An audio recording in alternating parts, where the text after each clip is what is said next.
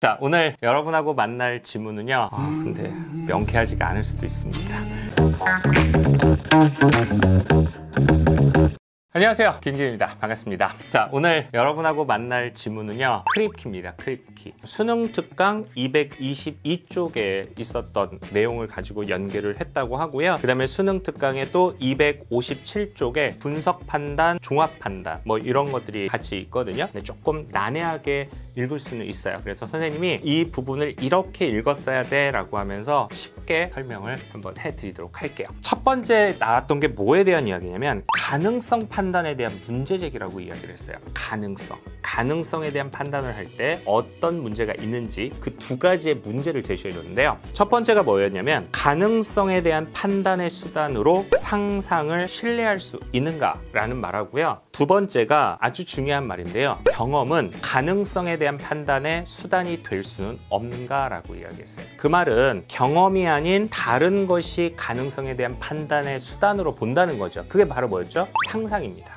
상상만이 가능성에 대한 판단의 수단이 될 수 있다고 보는 입장이 있었던 거예요. 경험은 그게 안 돼? 라고 하는 그 문제 제기를 해준 건데요. 여기서 여러분이 가장 중요하게 봐야 할 부분은 바로 이 부분이에요. 형이상학적 가능성에 대한 이해를 해주셔야 돼요. 현실 상황이나 현실 상황과 다른 반사실적 상황에서 특정 사태 P가 일어나는 것이 P에 관련된 대상의 본질이나 동일성에 위배되지 않는다는 것. 즉 무슨 말이냐면 대상의 본질이나 동일성에 위배되지는 않아야 되는 게 형이상학적 가능성이래. 근데 말이 정말 어려워요. 그쵸? 근데 수능에서도 가능세계라는 말이 최근에 출제가 됐던 적이 있어요. 그래서 여러분이 이런 논리글을 읽을 때 가능세계, 반사실적 상황에 대한 이해를 좀 정확히 하셔야 된다는 걸 말씀드릴게요. 보통 많은 친구들이 가능세계에 대한 오해를 해요. 가능세계라고 하면 제3의 별도의 세계를 떠올려요. 월드를. 지하국 아니면 용궁세계. 그런 게 아니에요. 가능세계, 반사실적 상황은 이거예요. 선생님이 예를 들어볼게요. 주사위가 있잖아요. 주사위에 1부터 6까지 있는데요. 내가 던졌어요. 그럼 6이 나왔어요. 그럴 때 우리가 이 확률 계산을 하지 않습니까? 그러면 6이라는 게 나온 게 현실 상황이에요. 근데 5도 나올 수 있었고 4도 나올 수 있었고 3도 나올 수 있었던 거잖아요. 그런 걸 바로 뭐라고 할까요? 반사실적 상황, 가능세계라고 하면 됩니다. 그러니까 이 용어 자체가 여러분을 굉장히 어렵게 만들어내고 있는 것밖에 없죠.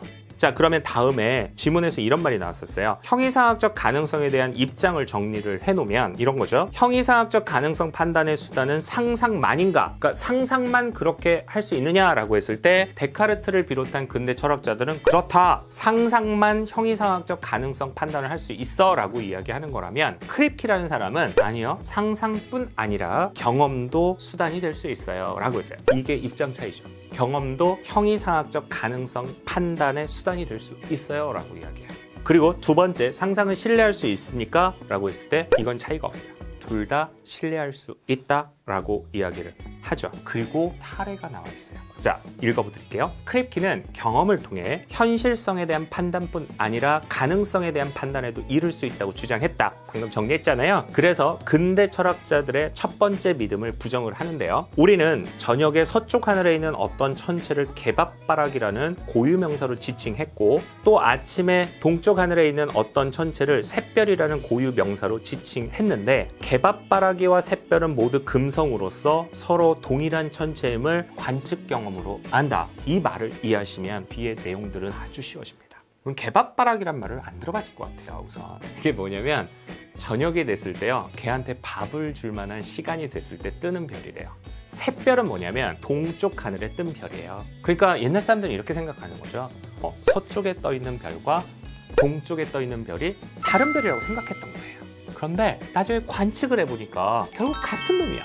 그러다 보니까 관측 경험을 통해서 얘가 둘 다 금성이구나 라는 걸 후대에 알게 된 거예요. 자, 그래서 크립키는 이에 대해서 개밥바라기는 샛별과 동일한 천체다라는 문장 S가 필연적으로 참이라고 주장을 한 거예요. 근데 필연적이라는 것은 문장 S가 의미하는 사태가 일어나지 않을 형이상학적 가능성이 없다는 거예요. 무슨 말인지 알겠죠? 필연적이라는 건 그거 말고 다른 것을 떠올릴 수가 없잖아요.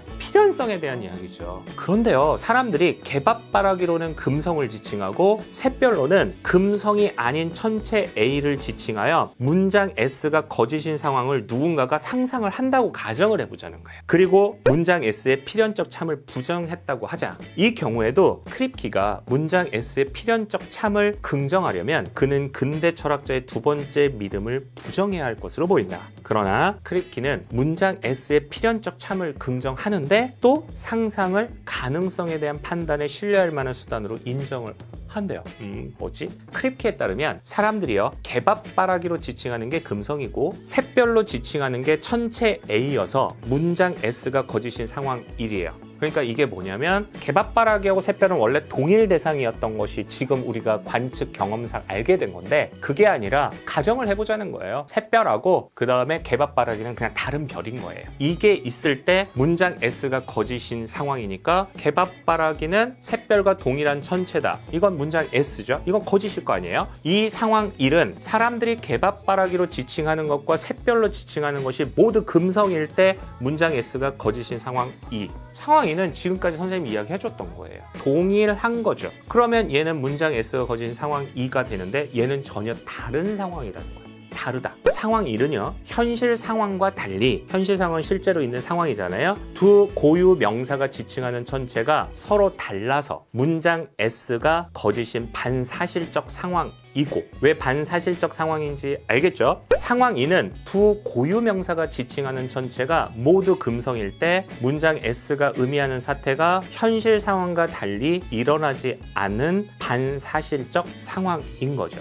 이렇게 상황 1을 떠올리는 것이 바로 문장 S가 거짓인 반사실적 상황을 형이상학적 가능성으로 떠올리는 것인데, 그런데 이게 포인트였어요. 이는 금성이 원래 그 금성이 아닌 상황. 즉 무슨 말이냐면 아까 상황 2는 두 개가 사실은 모두 금성이라고 했잖아요. 근데 개밥바라기는 샛별과 동일한 천체다라는 문장을 써버렸으니까 이건 무슨 말이 되냐면 이 말이에요. 그러니까 개밥바라기는 금성이었죠. 샛별 금성이죠. 그러면 개밥바라기는 샛별과 동일한 천체가 아니라는 건 이 말이에요. 금성은 금성이 아니다.